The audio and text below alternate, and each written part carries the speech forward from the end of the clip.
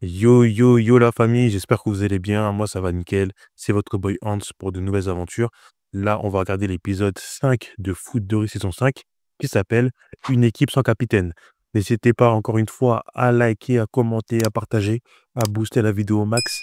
Allez, c'est parti. On commence l'épisode à l'Institut Riffleur. Petit Dragon fait un cauchemar. Il se remémore sa blessure pendant le match contre les surfeurs. On peut voir que Petit Dragon est vraiment touché par cette histoire. Du coup, Petit Dragon se réveille en sursaut et il entend quelqu'un toquer à la porte. La porte s'ouvre et c'est un membre des Aigles qui lui souhaite bon courage. Et ensuite, on a un défilé de plusieurs personnes qui lui souhaitent bon rétablissement et qu'ils soient avec lui durant cette lourde épreuve. Après les nombreuses personnes qui ont toqué et qui avaient un mot pour Petit Dragon, Assad toque. Petit Dragon lui met un coup de pression. Il lui met un coup de pression parce qu'il veut parler à personne. Le pauvre, il est vraiment pas bien. Ensuite, Assad rentre dans la salle, il s'assoit et il demande à Petit Dragon comment il se sent. Notre héros lui dit qu'il doit arrêter le foot pendant 2 semaines et qu'il doit faire des séances chez le kiné. Il ajoute aussi que c'est fichu pour le mondial. Assad compatit et lui dit que ça va aller et qu'il est là s'il y a un problème. Il ajoute aussi qu'il va mettre un panneau interdit d'entrée devant sa porte pour qu'on arrête de le déranger.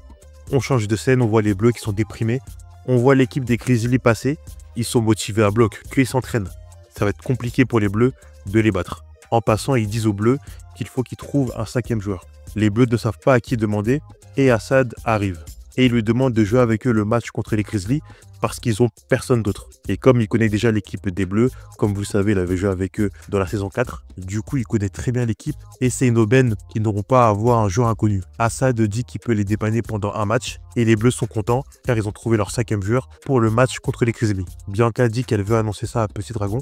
Elle va voir sa mère et sa mère lui dit de ramener une part de gâteau à Petit Dragon. Son frère ne veut rien manger depuis le matin. Bianca rentre dans la chambre et propose à son frère une part de gâteau. Petit Dragon lui dit qu'il n'a pas faim. Bianca annonce la bonne nouvelle à son frère. Cette nouvelle ne réjouit pas beaucoup Petit Dragon et il lui dit qu'il doit se préparer pour aller chez le kiné. Bianca rejoint les Bleus et dit à ses coéquipiers qu'elle n'a jamais vu son frère comme ça.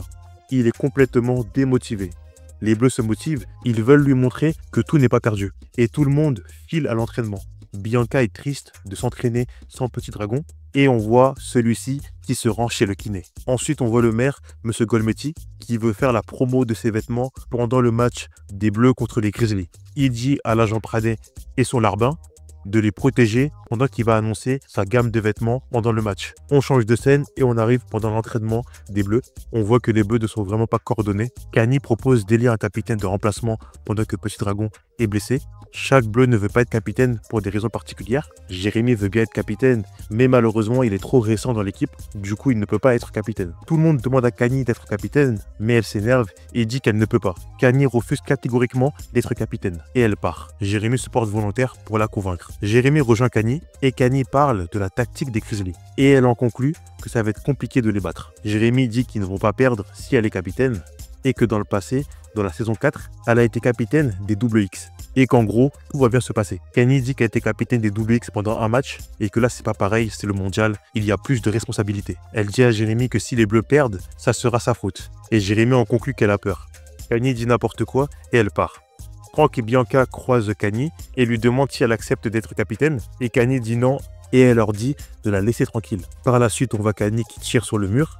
Et d'ailleurs, c'est drôle, elle tire sur le mur et elle dérange le directeur qui joue aux échecs. Du coup, elle le dérange, il ouvre la fenêtre et lui dit d'arrêter. Pendant ce temps, Bianca rejoint Kani pour la réconforter. Elle lui chipe le ballon, elle lui dit qu'elle n'est pas capable de le récupérer. Les deux filles s'amusent, elles tombent par terre et commencent à discuter de l'histoire du capitanat. On peut constater que les deux ont vraiment une belle amitié. Du coup, Kani fait part de ses peurs. Elle dit à Bianca qu'elle a peur d'échouer. Bianca arrive à lui remonter le moral. Kani ajoute que Bianca est très douée pour parler à ses amis et leur remonter le moral. Bianca dit que c'est pareil pour Kani. Elle aussi, elle a cette capacité à parler aux gens. Elle dit que Kani l'a beaucoup aidé au moment où elle a reçu la lettre de sa mère biologique. À la cafétéria, Kani avoue tout. Elle dit qu'elle a peur d'être capitaine. Franck dit à Kani que personne la force à être capitaine. En gros, les Bleus disent qu'avec ou sans capitaine, ils vont bouffer les Grizzlies. Et Kani les remercie pour leur soutien. Ensuite, on voit Assad et Petit Dragon qui est en train de manger sur son lit. Assad informe Petit Dragon par rapport à tout ce qui se passe dans l'équipe, notamment que Kani ne veut pas être capitaine. Petit Dragon demande à Assad s'ils peuvent s'en sortir sans capitaine. Il lui demande par la suite si Petit Dragon viendra assister au match. Et lui, il refuse. Et il ajoute que c'est au-dessus de ses forces. Le lendemain matin, les Bleus toquent à la porte de Petit Dragon et rentrent. Ils lui disent que ce match, ils vont le jouer pour lui et qu'ils vont le gagner. Ils font leur cri de guerre en route pour l'exploit. Petit Dragon les remercie et leur dit qu'il ne viendra pas parce qu'il n'a pas la force d'affronter ça. Les Bleus le comprennent et ils lui disent de se reposer et Petit Dragon leur dit bonne chance. Sur le chemin, les Bleus croisent le capitaine des surfeurs. Il nargue les Bleus en demandant si Petit Dragon va venir et en rappelant qu'il est au lit blessé. Bianca veut en découdre, mais Kani la retient et ajoute qu'il n'en vaut pas la peine. Les Bleus arrivent à l'usine à sardines et voient M. Colmetti qui fait un discours. Le maire a ramené son micro des enceintes et il parle des promotions sur sa marque de vêtements. Requin furieux arrive, il trafique le micro de M. Colmetti et il a une voix super aiguë. Tout le monde se fout de sa gueule, le maire qui est humilié part aussitôt. Tout le monde est en train de le huer.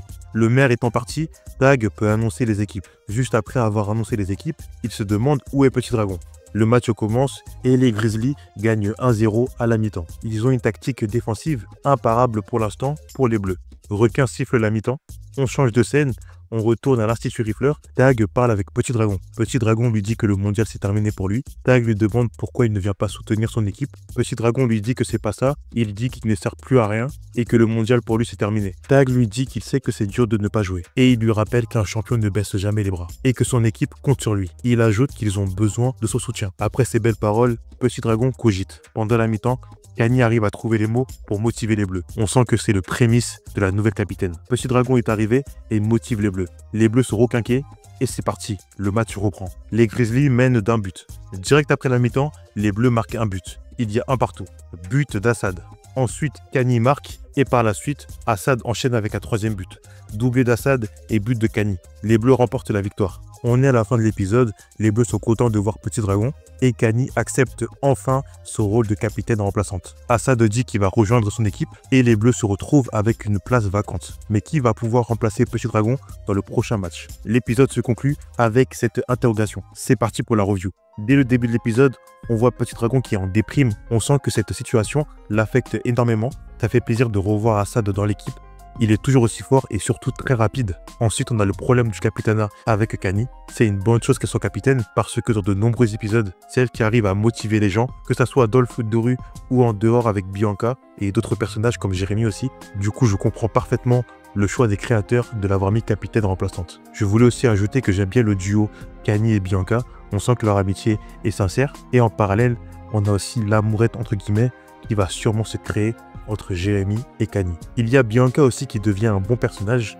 Elle rassure les gens. Elle est venue rassurer Petit Dragon par rapport à ses problèmes liés à son entorse. Elle a aussi rassuré Kani par rapport au capitana. On constate que c'est une vraie amie. Il y a un moment où Tag, il est venu réconforter Petit Dragon qui avait plus espoir. Tag, si je me trompe pas, il avait eu la même situation. À un moment, il était blessé et je crois que c'est Ben qui l'avait remplacé pendant un match, si je me trompe pas. Du coup, qui de mieux que Tag pour réconforter Petit Dragon? Parce que cette situation, il a déjà connue. Ce que j'ai bien aimé dans cet épisode, c'est que parfois quand les personnages parlent, ils font référence à des éléments de la saison 4. Comme par exemple quand Jérémy a rappelé à Kani qu'elle a été capitaine pendant un match des WX. J'aime bien le fait qu'il fasse des références au passé. Pour finir la review, qui va remplacer Petit Dragon? On sait que Assad a rejoint son équipe, du coup il n'est plus là. Il va être la personne qui va remplacer Petit Dragon. Même si beaucoup de personnes ont deviné qui va être le remplaçant de Petit Dragon dans le prochain match, mais cela reste intéressant. En plus, ce qui est bien, c'est que chaque épisode se suive et du coup on a une continuité et c'est vraiment stylé. C'est pas plusieurs épisodes qui sont indépendants. En tout cas, si vous avez kiffé la review, n'oubliez pas de liker, de commenter, de partager. On se dit à bientôt pour de nouvelles aventures. Sayonara.